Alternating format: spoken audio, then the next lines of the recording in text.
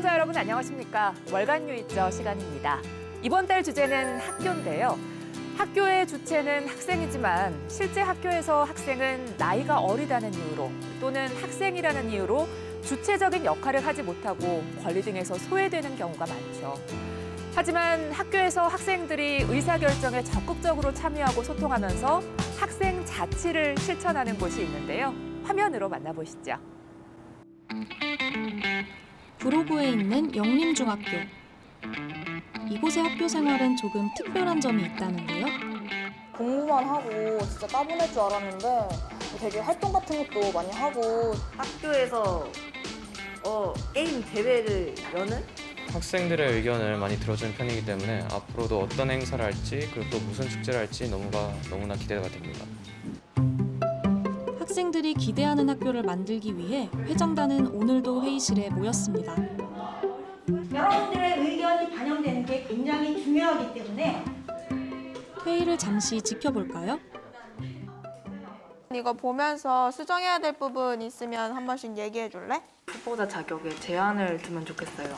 예를 들면 어떤 제안 있으면 좋을까? 징계 기록 같은 게 있으면은 후보자 등록을 못하게 했으면 좋겠어요. 원래는 그 회장하고 부회장이 꼭 이성이어야 되잖아요. 회장과 부회장이 동성도 가능하게 했으면 좋겠어요. 이번에는 회장 뽑는 것도 나쁘지 않을 것 같아요. 저도 그 말에 동의하는 게 회장, 부회장이 하는 일과 자격이 둘 다 비슷한데 그러면 부회장이 된 친구가 서운할 수도 있고 저희 학교 학생회법이 좀 오래돼가지고 이번에 싹 고치려고 하거든요. 학급 임원 선거 방법에 대해서 고칠 게 있는지 보고 있었어요.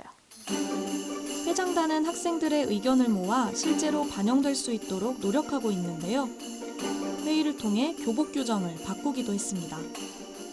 몇 년 전까지만 해도 교복을 상하이 다 입었어야 됐는데요. 그게 학생들의 의견을 받아가지고 대의원회를 거쳐가지고 지금은 교복을 하의만 입고 있고요. 급식실 통로에 칸막이가 없어가지고 불편하다는 의견이 있어가지고 교장선생과의 간담회에서 전달드려가지고 설치하게 되었어요.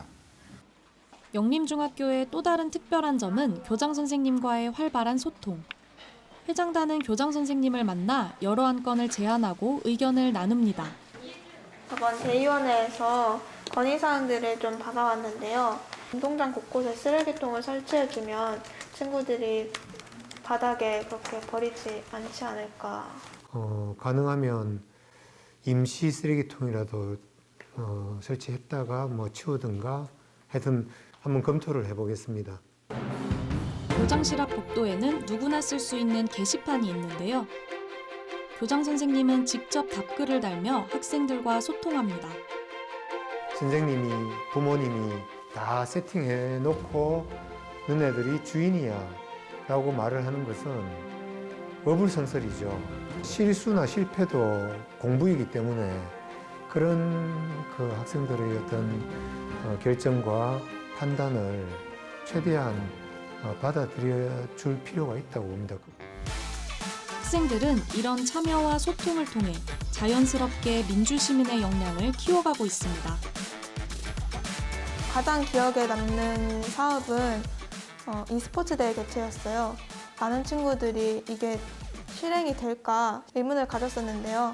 학생들은 큰 변화를 가져오지 못할 거라고 생각하는 친구들에게 학생들이 원한다면 그 의견을 충분히 받아들이고 반영할 수 있도록 노력한다는 걸 보여준 좋은 예인 것 같아서 아침에 등교해서 방과 후 때까지 모든 활동이 아이들한테는 공부거든요. 내버려 두고 지켜봐 주면 자기네들끼리 걱정하고 고민하고 좌충우돌하다가 뭔가를 만들어냅니다. 그런 경험들이 아이들을 좀 단단하게 성장을 시키거든요.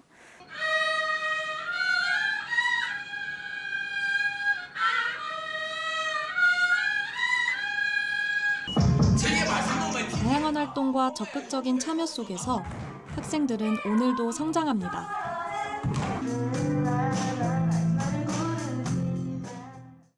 학생의 권리를 살펴봤는데 그렇다면 교사들의 권리는 어떨까요? 우리는 많은 보도를 통해 학생에 의해 또는 학부모에 의해 교권이 무너지는 상황을 접하고 있습니다.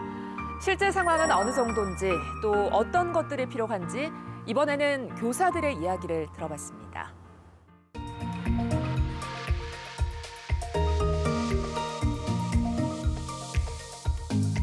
네, 12년 차쯤 돼가는 고등학교 교사 왕건환입니다. 초등학교에서 근무하고 있는 초등교사 황유리라고 합니다. 국어 가르치고 있고요. 올해로 20년 차 됐습니다. 박정현입니다. 지난 26일 한 SNS 페이지에 올라온 영상입니다. 수업 중에 교단에 앉아서 휴대전화를 만지던 학생이 급기야 누워버립니다. 실제로 제가 수업할 때도 이렇게 사물함 위에 누워 있거나 교실에 누워 있는 경우 종종 있었어요. 문제 행동을 직접적으로 대응해서 이걸 강하게 제재하다 보면은 아동학대나 이런 게 되기 때문에 1대1의 대응을 하게 되면 오히려 더 곤란해질 수가 있거든요. 선생님이 좀 카리스마 있게 수업 때 해봐 이렇게 말씀하시는 경우가 많으세요. 교사 개인적인 문제로 치부를 해버린다거나 선생님 경력이 어려서 그렇다. 카리스마 그게 위험한 말인 것 같아요. 교실에서 장악하는 것 자체가 카리스마 있게 한다고 하다가 아동학대로 형사처벌받고 교단 맞아요. 떠나는 선생님들의 숫자가 엄청나게 늘어나고 있거든요. 옛날만큼 혼낸다는 것 자체가 불가능해요. 옛날 영화에 나온 것처럼 너희 아버지 뭐 하시노? 너희 아버지 뭐 하시노? 했다가는 학교에 위클래스가 있는 경우에는 위클래스로 이렇게 분리를 시킬 수 있는 경우도 있어요. 그런데 선생님 마음대로 이 학생의 수업권을 박탈했다 하면서 이걸 정서적 학대로 걸고 넘어지기 시작하면 내가 정말 얘 하나 인간 만들어 보려고 하다가 실직할 각오를 매 순간마다 해야 되는 거예요. 그러니까 점점 더 교사들은 몸을 사리게 되고 당연히 교육의 질은 떨어질 수밖에 없고 수업은 더 엉망이 되기 쉬운 거죠. 한 남학생이 교단으로 향하더니 들고 있던 빗자루로 교사를 때립니다. 다른 학생들은 웃으면서 이 모습을 지켜봅니다. 벌써 7년 전, 그러니까 공론화가 된 첫 번째 사건이라서 안타까운 일이지만 너무나 많고요. 그래서 어떻게 하면은 덜 아프게 덜 다치게 맞는지를 선생님들끼리 공유하고 있는 상황입니다. 그러니까 폭행을 당하면 일단 자리를 이탈하시라고 하는 게 현실적인 거예요. 아까 남자 선생님 모셔온다고 했는데 이것도 몇 년 전에 가능했었지. 매뉴얼이 분명히 있기는 있어요. 이제 있었을 때 학년부장님한테 이걸 이야기한다든지 교권보호위에 요청을 한다. 막상 그 단계까지 왜 안 가는지에 대해서는 생각해 볼 부분인 거죠. 여교사이다 보니까 이렇게 신체적이고 직접적이지 않은 성희롱이라든지 이런 문제도 굉장히 크다고 생각하거든요. 저도 사실은 피해 당사자였고.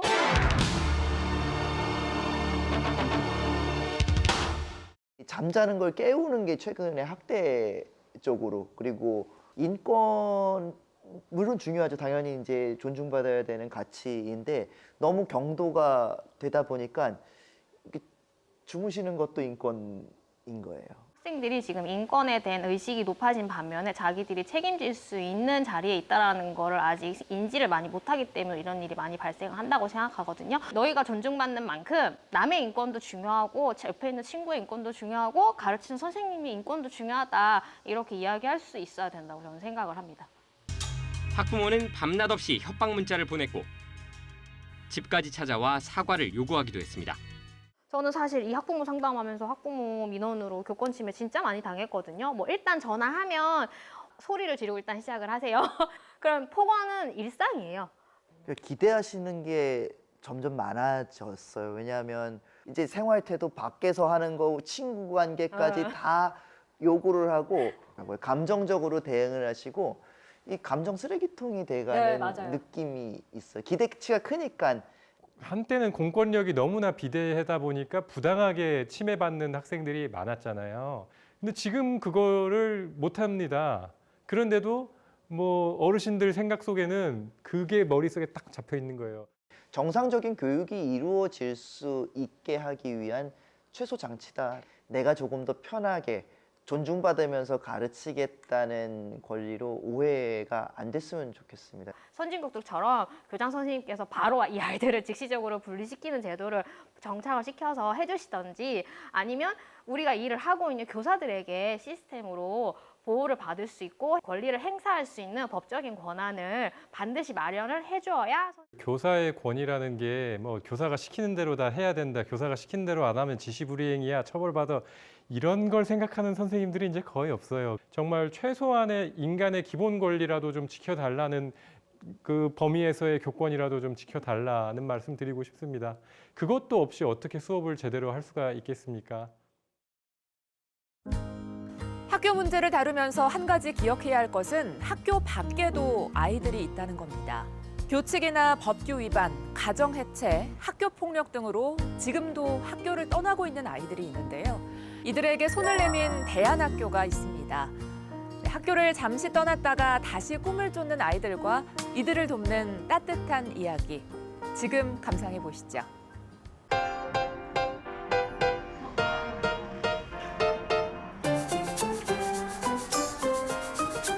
한 명만 오면 연다. 한 명도 안 오면 이 학교 없었던 걸로 한다.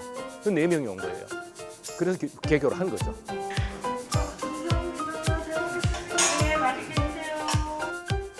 학생이 하나도 없는 상태. 그럼 폐교한다.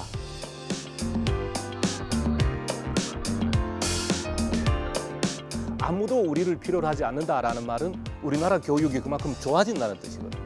그래서 우리는 폐교를 굉장히 행복하게 폐교하겠다.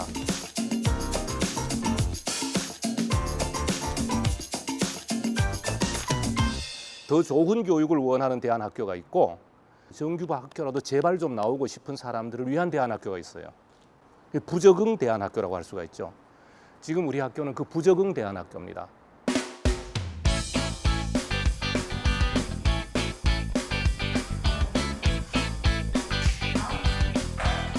이 문제가 무슨 문제래?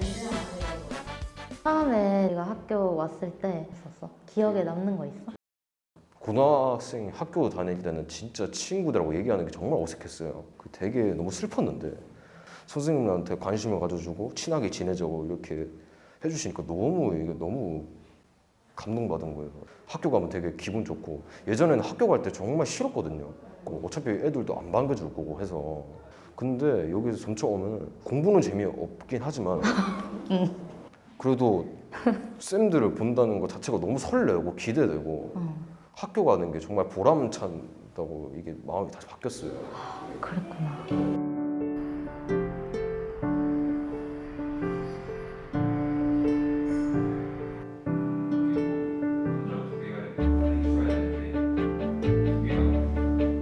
고등학교를 졸업하지 못했다. 앞으로도 고등학교 졸업할 수 없다라고 그러는 것은 굉장한 좌절입니다. 그래서 이 아이들이 그 무력감으로 있다가 자기 손으로 공부해서 자기 손으로 합격했다라는 사실은 자기 인생을 확 바꿀 수 있는 태도의 변화를 줍니다. 남학생들은 검정고시에 합격하면은 해병대에 지원을 합니다. 이것은 아주 상징적인 것입니다. 검정고시를 쳤다라고 하면 아직도 놀라는 분위기가 거의 한 50%거든요. 근데 고등학교를 안 나왔다라고 얘기를 해버리면 더 절망적이에요. 직장을 구하더라도 사실 고등학교를 졸업하고 구할 수 있는 직장이 훨씬 많고 더 넓은 세상을 즐길 수 있는 그런 건 것 같아요.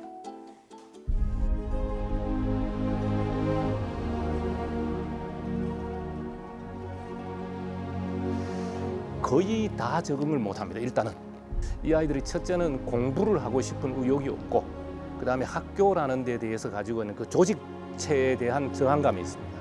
공부로 애들이 적응하는 것이 아니고 사람과의 관계, 스킨십으로 적응을 해요.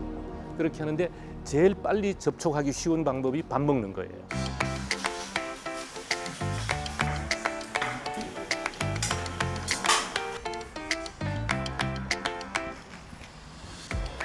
처음에 진짜 한마디도 안 하던 애가 엊그저께는 청소를 하고 나서 그 요들송을 부르면서 나가더라고요. 그래서 깜짝 놀랐어요, 제가. 정말 애들이 변해가는구나. 제가 밥을 너무 안 먹으니까 다른 선생님이 자그마한 식판에 밥을 다 덜어서 제가 있는 교실에 가지고 와서 자기랑 같이 여기서 먹자는 거예요. 학교 수업은 빠지더라도 이제 밥 시간에 밥을 먹으러 가는. 네. 그러면서 이제 나머지 이제 밥을 먹고 나머지 뒤에는 도망칠 수 없고 이러니까 또 뒷 수업은 듣게 되고 예, 그러면서 이제 친구들도 만들어주고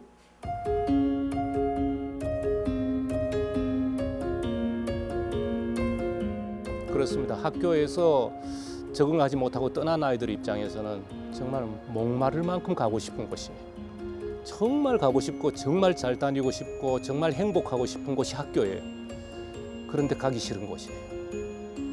그만큼 학교가 어려운 거야. 이 아이들에겐 적응이 안 되는 거예요. 그래서 그렇게 가고 싶어 하는 아이들의 그 학교를 회복해 줘야 돼요. 그 아이들에게 행복한 학교를 돌려줄 수만 있다면 그건 정말 우리 모두가 매달려서 해도 아깝지 않은 일입니다.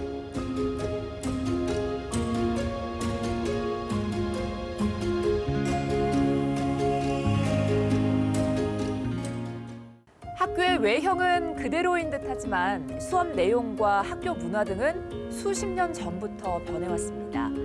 그렇다면 미래의 학교는 어떤 모습일까요? 네모난 교실과 책상, 칠판 앞에서 강의하는 선생님의 모습은 어떻게 바뀔까요? 미래의 학교를 조금이나마 엿보기 위해 저희 뉴이저 제작진이 조금 특별한 학교에 다녀왔습니다. 끝으로 함께 보시죠. 미래의 학교는 어떤 모습일까? 미래 학교의 모습을 짐작해 보기 위해 서울 미래학교로 지정된 창덕여중을 찾아가 봤습니다. 사회 수업 시간인데요. 교실의 모습부터 남다르죠. 칠판과 교탁을 향해 책상이 일렬로 늘어선 구조가 아니라 학생들이 서로 토의하기 쉽게 원형으로 마주보게 돼 있는데요. 학생들은 디지털 기기를 활용해 무엇을 하고 있을까요? 개별화 수업이라고 해서 학생들이 이제 제가 만들어둔 영상을 보고 지식을 좀 얻은 다음에 제가 이제 계획해둔 이제 퀴즈를 풀고 이제 교과서를 탐구 활동을 하면서 이제 지식을 습득을 합니다. 디지털 기기를 활용해 각자 문제를 풀고 이후 선생님과 학습 내용을 점검하는 방식으로 수업이 진행되는데요. 학습량과 진도 등은 학생이 스스로 정하고 교사는 이를 확인하고 도와주는 역할을 합니다. 수업 방식도 교실 모습도 조금은 다른 학교.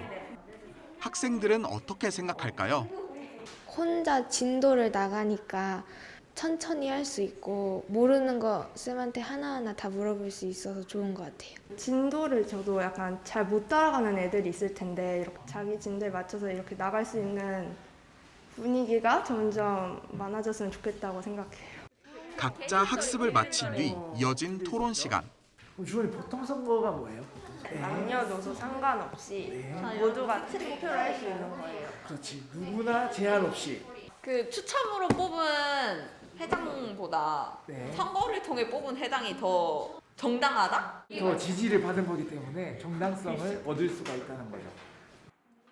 학생들은 배운 내용을 선생님에게 확인받은 뒤 각자 원하는 방법으로 표현하는 과정을 거칩니다. PPT 발표부터 학습 만화, 영상, 포스터 등 다양한 형식으로 자신의 역량을 발휘하고 있는데요. 너희가 이때까지 공부한 내용들을 활용을 해서 뭔가 의미 있는 과제를 스스로 만들어서 한번 해봐. 그게 성공할 수도 있고 실패할 수도 있는데 그것은 학교에서 연습해보는 거다라고 학생들에게 알려주고 있습니다. 창덕여중은 수업 방식뿐 아니라 교실의 형태도 일반 학교와 다른 부분이 많은데요. 앞서 본 원형의 토의형 교실 외에도 책상을 수업에 따라 변형할 수 있게 설계된 교실도 있고 디지털 기기를 원활하게 활용하기 위한 테크센터도 운영하고 있습니다. 환경도 거기에 서포트가 돼야 된다 이렇게 생각이 되는데요. 체험이나 토론이 활발하게 일어날 수 있도록 학교 환경이 구축되어 있습니다. 이렇게 원형에 둘러앉아서 이렇게 서로 눈에 보면서 의견을 나눌 수 있는 게 저는 좀 새롭고 좋은 것 같아요. 디지털 역량을 키우는 것도 미래 학교에서 빼놓을 수 없죠.